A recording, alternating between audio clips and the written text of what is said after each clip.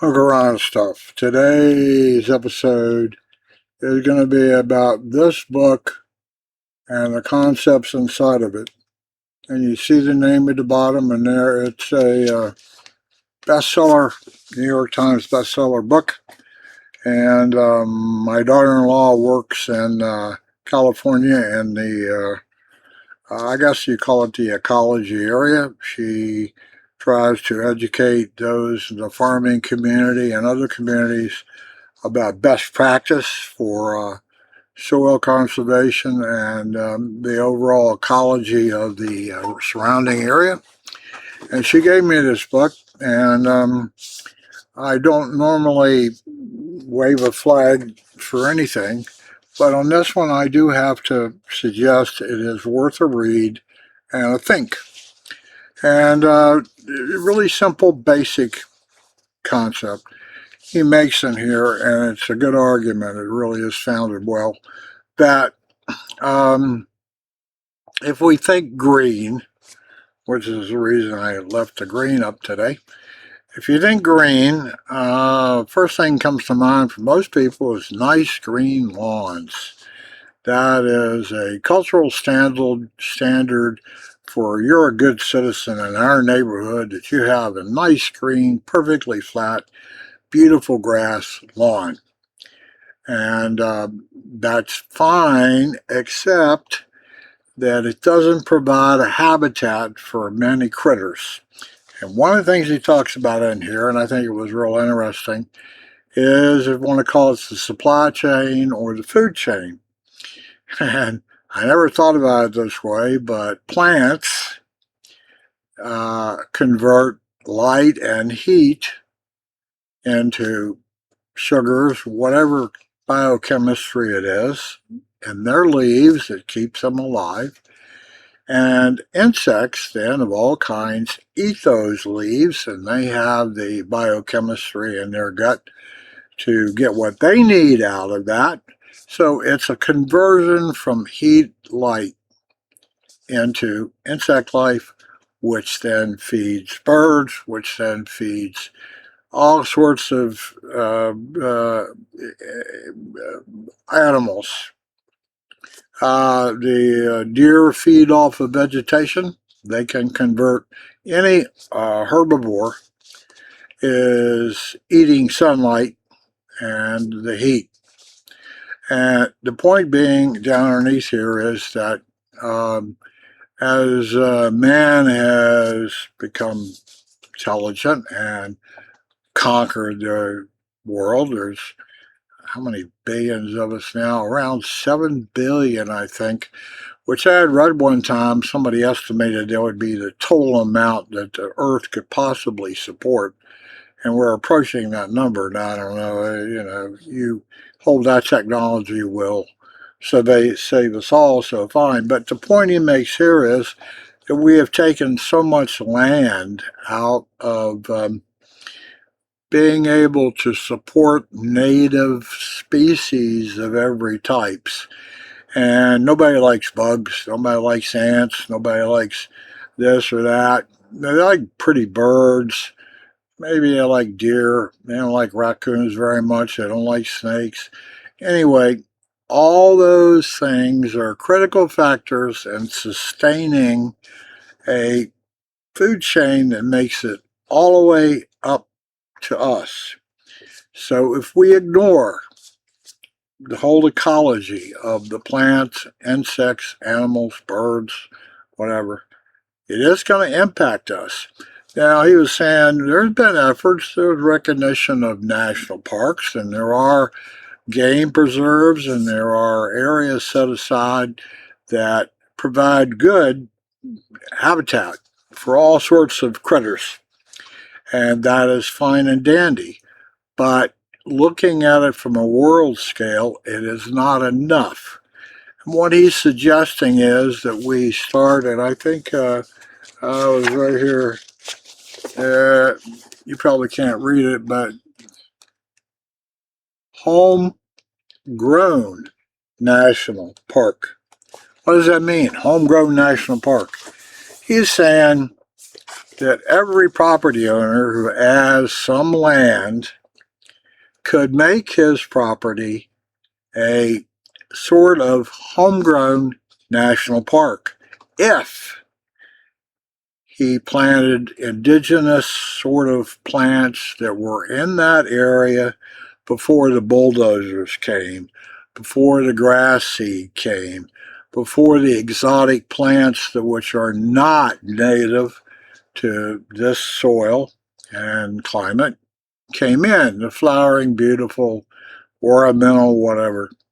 And instead, put at least some of your property back into indigenous plants that will support indigenous insect life, indigenous bird life, all all manner of that, and that will benefit you, me, and everybody else. Unfortunately, when the studies have shown, and this guy is a PhD, he knows this stuff, he's shown that yes, I live in an HOA and we have a lot of green space. We're green. We have a lot of green space.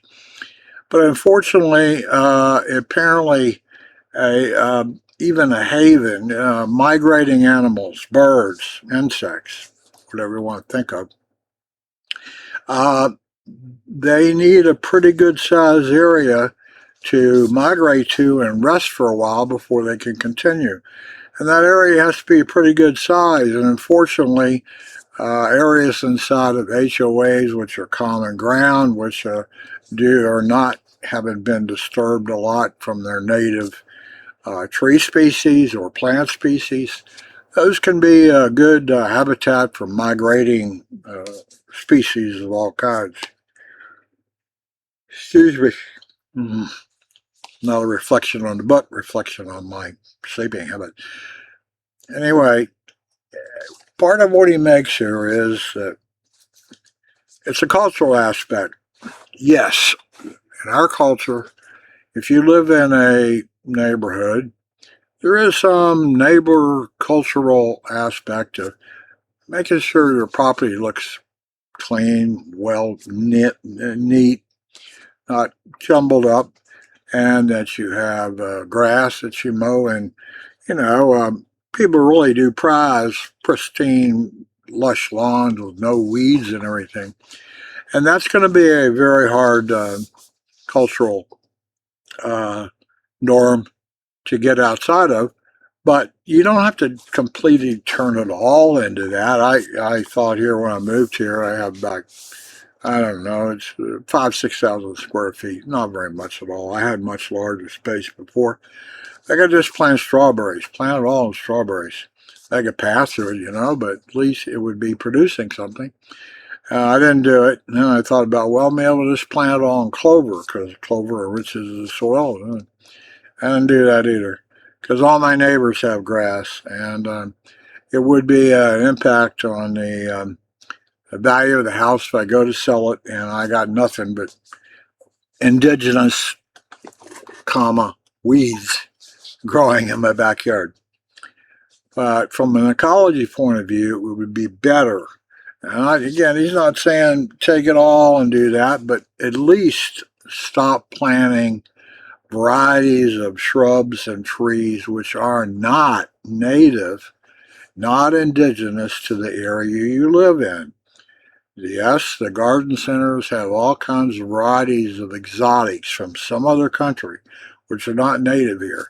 And he makes an argument. Given long enough, those exotics will evolve and adapt, and so will the indigenous species.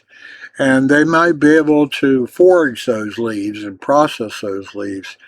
And the species of tree or plant will adapt to the climates and the soils and the amount of water and everything else. But it can take eons to do that. Eons, thousands of years. Those indigenous plants have been around for many years. So at least don't put non-indigenous plants in your around your house. At least do that. Use indigenous. And there's a lot of pretty indigenous stuff. And the indigenous can be more easily digested by all of the critters that feed on their leaves or their roots or whatever. I don't like insects. I don't like ugly wugglies. I don't like that stuff. The caterpillars, all those things. This is an awareness that they are part of a species chain that has to survive for higher level species that we count on for our food to also exist. Now, I know you say, how does the correlation between indigenous plant and caterpillar that eats its leaves and cows out on the pasture someplace? And it it's complex, as everything is complex, but those caterpillars will eat down the weeds and keep the grass. It's all connected, interconnected in a very exotic, and it took a long time to make it that way. The hybrids, the plants, the animals that grew up in a certain habitat with a certain temperature in the winter and the amount of rainfall and all that. All he's saying is that we need more islands of ecology. And an overlooked island is our own personal land space. That's the whole point of all of this, is just take care of your own personal land space. And if we did that, the total amount of property, which would be more beneficial to various indigenous species of plants and animals, would be equal to or greater than what we have set aside in national parks. National parks are great, but some animals don't migrate that way. They can't rest in those areas. Uh, it I'm going on too long. All I'm trying to say is you should give this book a read or a listen, or at least look at it. It is worthy of a read. It is an easy read. It was written by a PhD, but it is not heavy statistics. He does make references. It is a scholarly sort of effort, but the bottom line is real simple to grasp. It's taking personal responsibility for the land you own, and that you could at least use indigenous species plantings around your home, and perhaps carve out certain areas in your lawn where you could put a island in there of indigenous plants of some kind. Every little bit would help, and that's what he is saying. We're getting to the point where we need every little bit we can put back like it was before man trucked through that area, brought his bulldozers, flattened it out, smoothed it out, started grass, and built houses. That's the whole point. So I'm going to do my part. I'm as guilty as everybody else. I have an ice cream backyard. I do have a lot of plants, and I'm really ignorant of those things. I imagine a lot of them are not indigenous here. I do have some indigenous trees, the old, what I call field pines, things like that, and they provide habitat for all kind of critters, insects of one kind or another, and the birds come in and feed off of them. And the squirrels, I don't know, the squirrels feed up the birds and the bird eggs and the snakes, and all that stuff is critically important. You cannot cut out, any one species. If a species dies out, it's gone, and some other critter is going to miss it. And will they find a suitable substitute? I don't know. And up the chain and up the chain and up the chain. So give it a look. Think about it. At least what I said. Indigenous over exotic varieties. Perhaps some shrinking of the green space yard around your property. More creation of islands. More maybe havens that are, you can hide your neighbor with a big tall set of some sort of I'm not talking about weeds. I'm talking about some sort of nice looking indigenous plant that was in your area. And there are always a lot. That's it for today. This is Uncle Ron and stuff. Today is the 29th of October, 2025. And I hope you get some of what message I was trying to convey.